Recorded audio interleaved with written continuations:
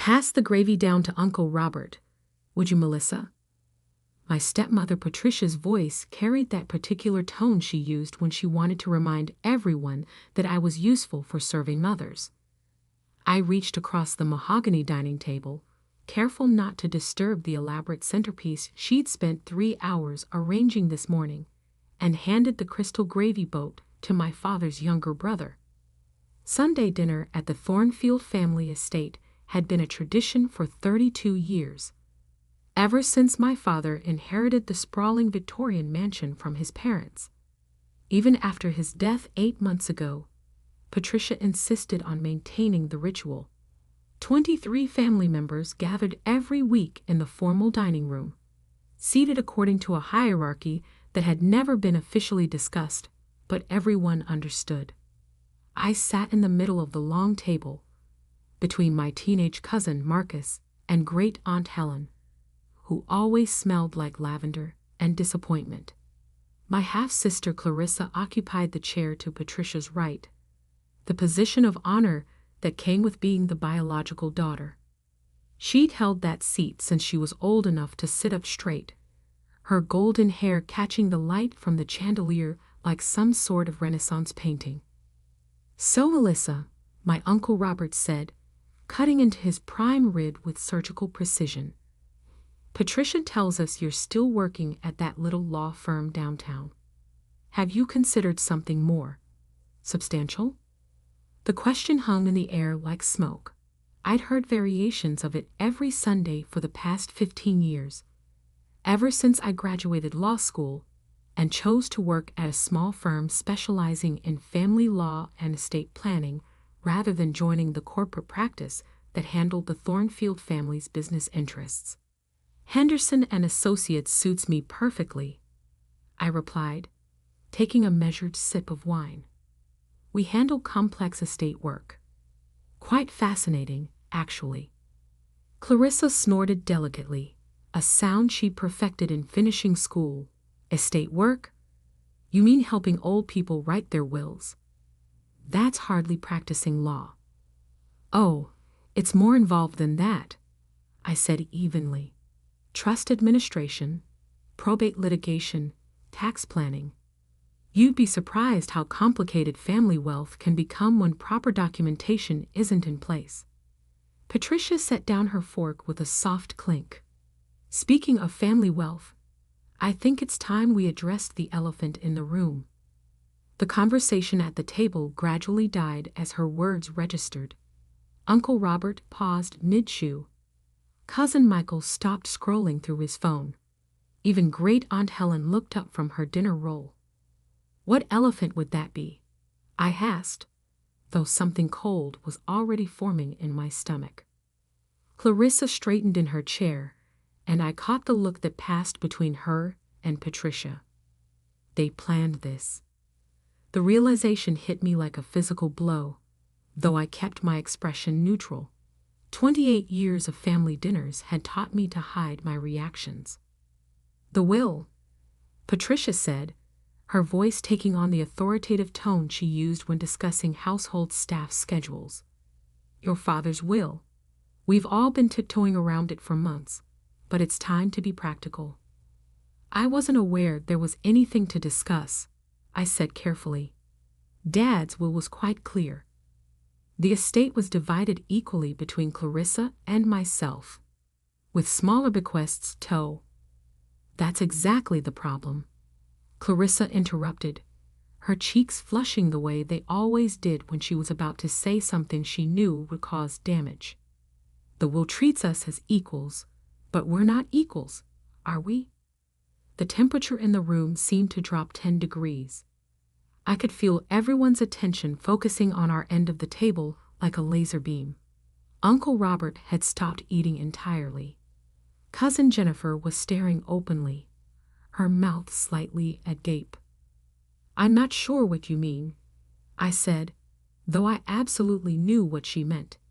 I'd known this conversation was coming since the day after Dad's funeral, when Patricia had suggested we reassess the family structure now that the patriarch was gone. Clarissa took a deep breath, the kind she used to take before diving off the high board at the country club pool. Melissa is adopted. She's not actually Dad's daughter. She shouldn't inherit the same amount as me. The words hit the table like a grenade. Several people gasped audibly. Great Aunt Helen dropped her dinner roll. Cousin Marcus, who was 17 and normally glued to his phone, looked up with wide eyes. Clarissa, Uncle Robert said in a warning tone, but Patricia held up her hand. No, Robert. She's right to bring this up. We've all been thinking it. Patricia's gaze swept the table, and I watched as several family members nodded slightly. Harold was generous to a fault, but he wasn't thinking clearly in his final years. The family assets should stay with family. Blood family, Clarissa added, as if the distinction needed clarification. I sat perfectly still, my hands folded in my lap, watching the faces around the table. These people had been at every birthday party, every graduation, every holiday for the past 28 years. I'd helped plan Uncle Robert's surprise 60th birthday party. I'd babysat Cousin Michael when he was in elementary school. I'd written the legal documents for Great Aunt Helen's trust fund. And now they were nodding in agreement as my legitimacy as a family member was dissected over Sunday roast.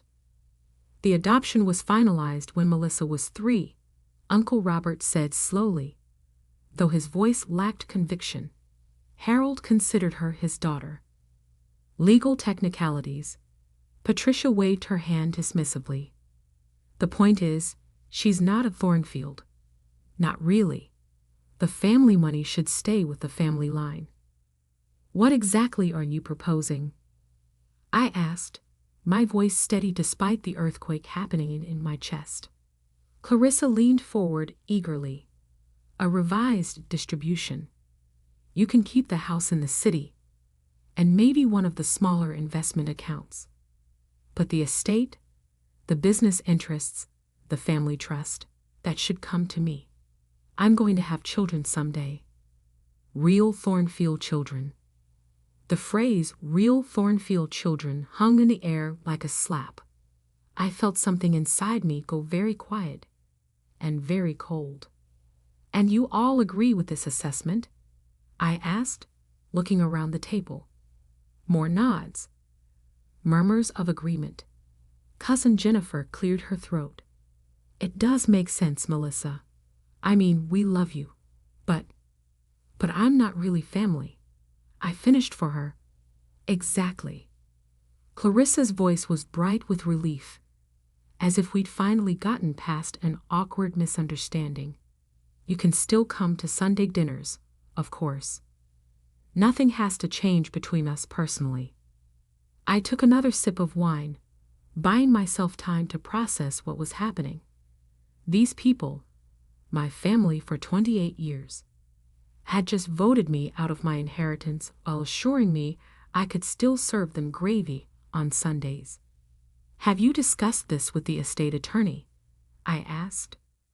Patricia's smile tightened slightly. We thought we'd handle it as a family first. Work out the details amongst ourselves before involving lawyers. I see. I set down my wine glass with deliberate care. And when exactly did you all decide this? Was there a family meeting I wasn't invited to?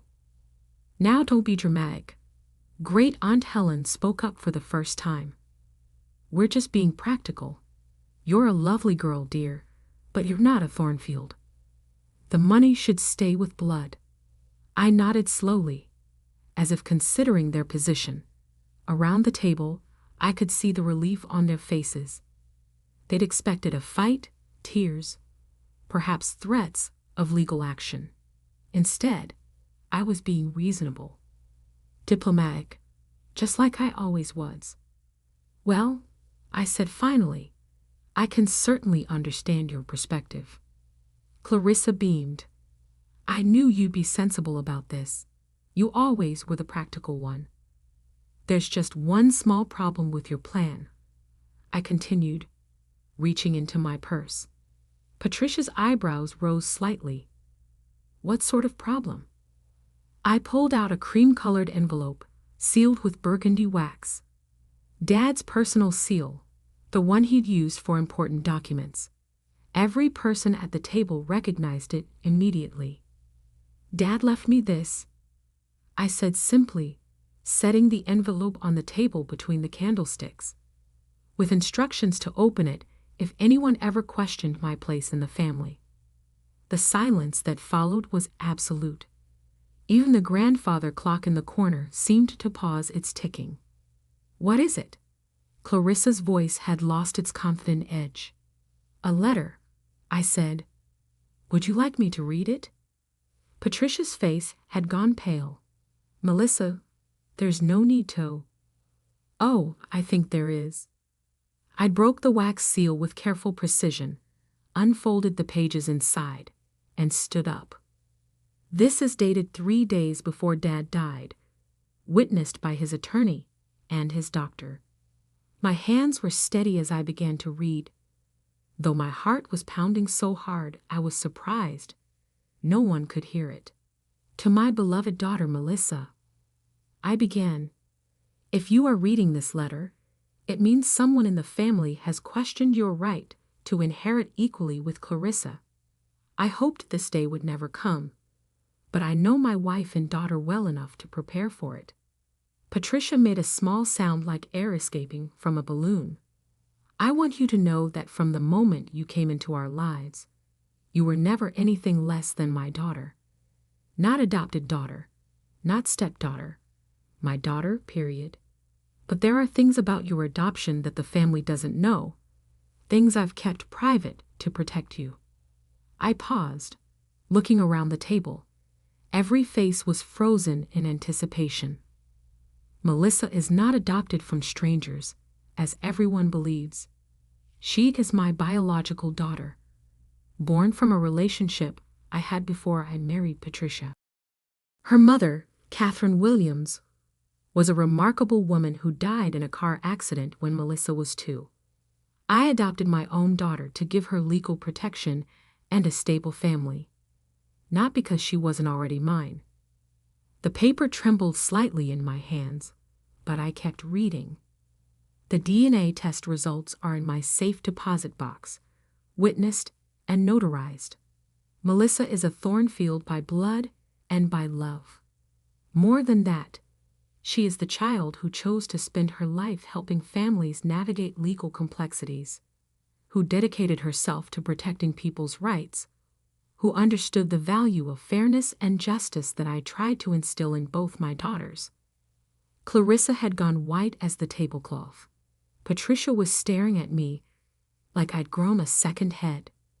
For this reason, and because I believe she will honor the family legacy better than anyone, I am leaving the majority of my estate to Melissa. The will filed with the court is not my final will. The real will is in my safe deposit box, along with the DNA results and documentation of Melissa's true parentage. She inherits the house, the business interests, and 80% of my liquid assets. Clarissa will receive 20%, which is more than generous considering her complete lack of interest in anything beyond her own comfort. I folded the letter carefully and looked around the table. The silence was deafening. There's more, I said quietly.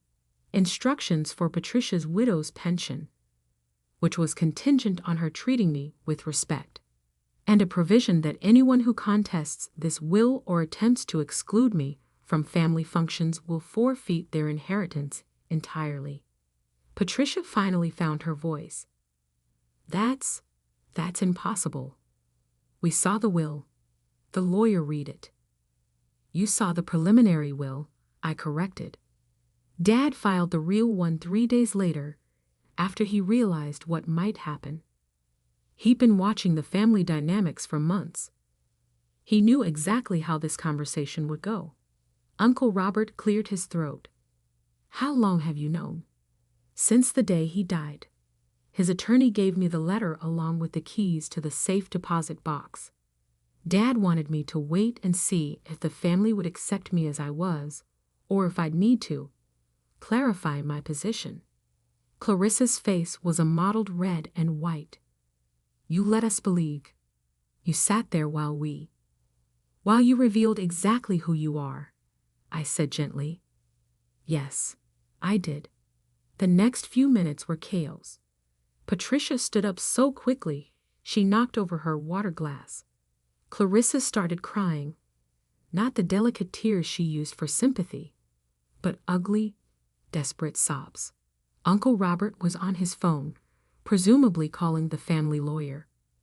Several cousins were talking at once, their voices rising in pitch and volume.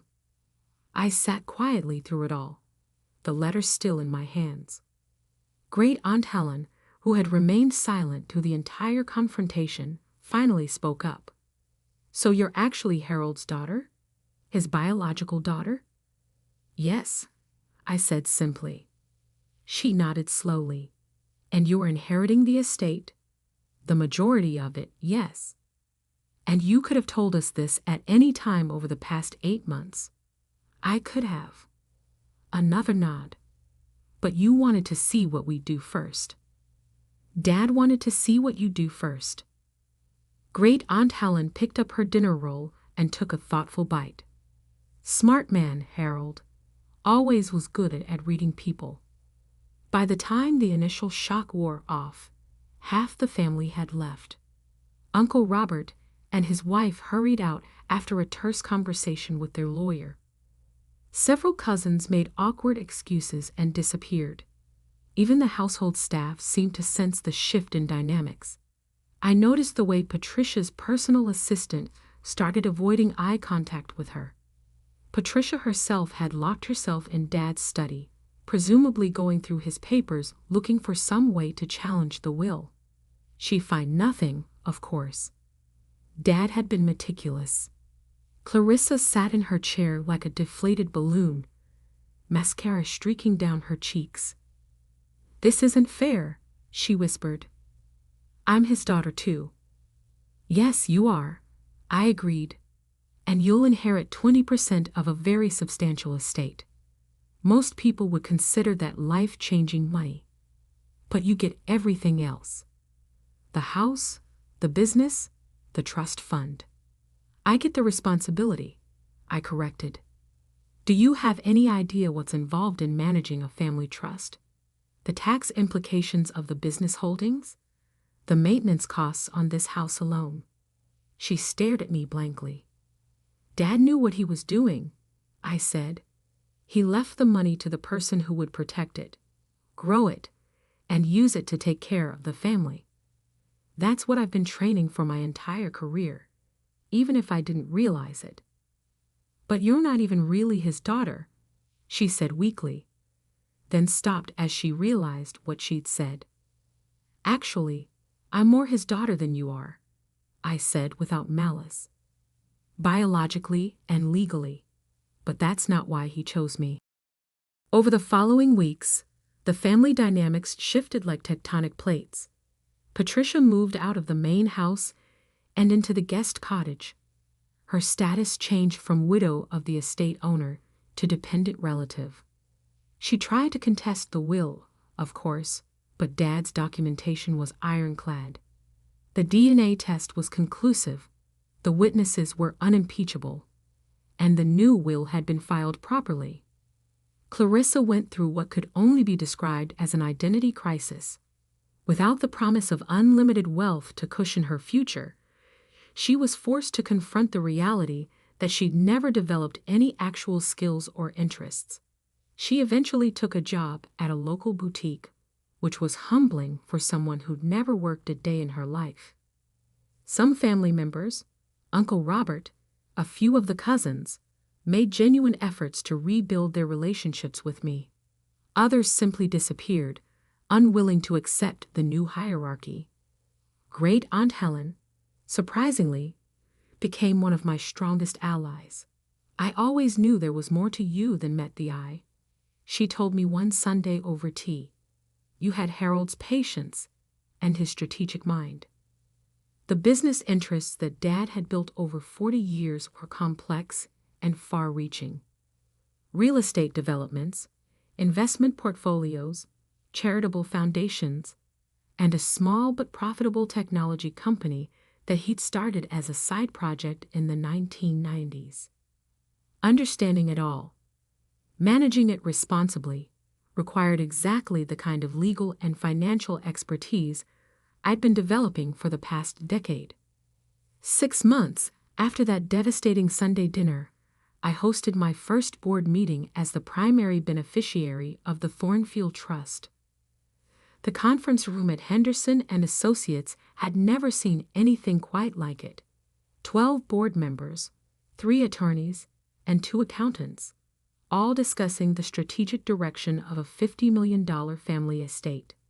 Patricia attended, as required by the trust documents, but her role was purely advisory. She sat at the far end of the table, her face a mask of controlled resentment. Clarissa didn't attend at all. She'd waived her board position in exchange for early access to her inheritance. The quarterly reports show strong performance across all sectors, the portfolio manager announced. The real estate holdings have appreciated 12% this year, and the technology investments are exceeding projections. I nodded, making notes on the detailed financial statements. What about the charitable foundation? Are we meeting our distribution requirements? More than meeting them, the foundation's director replied. The scholarship program has expanded to include 3 additional universities, and the family services grants are making a real impact in the community. These were the conversations Dad had prepared me for, I realized. All those dinners where he discussed business strategy while Clarissa played with her phone. All those weekends when he'd invited me to review investment reports while she went shopping. He'd been training his successor, and everyone had assumed it would be his biological son he never had. After the meeting, as the board members filed out discussing lunch plans and golf schedules, Patricia approached my desk. She looked older than her 58 years, as if the stress of the past months had aged her prematurely. I want you to know I'm not giving up, she said quietly. Harold was my husband. This estate should be mine. I looked up from the financial reports I was reviewing. Actually, under Illinois law, you're entitled to exactly what Dad left you: the widow's pension and the cottage. The rest was his to distribute as he saw fit. You manipulated him, she said, her voice low and bitter. Turned him against his own wife and daughter. I helped old people write their wills, remember? I said gently. Dad taught me that family isn't about blood or marriage certificates. It's about who shows up, who takes responsibility, who protects the people they love. She stared at me for a long moment, then turned and walked away. That evening, I sat in Dad's study, my study now, going through his personal papers. Hidden behind the legal documents and financial statements, I found a folder marked, "For Melissa." Inside were photographs from my childhood, report cards he'd saved, copies of awards I'd won in school. At the bottom was a note in his handwriting. I always knew you'd be the one to carry this forward. You have your mother's compassion and my stubborn streak. Take care of them all, even the ones who don't deserve it. I folded the note carefully and placed it back in the folder. Outside the study windows, I could see the lights of the guest cottage where Patricia was probably planning her next legal challenge. Somewhere across town, Clarissa was working her shift at the boutique, learning for the first time what it meant to earn her own money. The family I'd grown up in was broken, perhaps irreparably. But the responsibility Dad had left me wasn't just about managing money. It was about rebuilding something better. The Sunday dinners continued, though the guest list was smaller now. The family trust continued to grow and support charitable causes. And slowly, carefully, I began reaching out to the family members who were willing to build new relationships based on respect rather than hierarchy.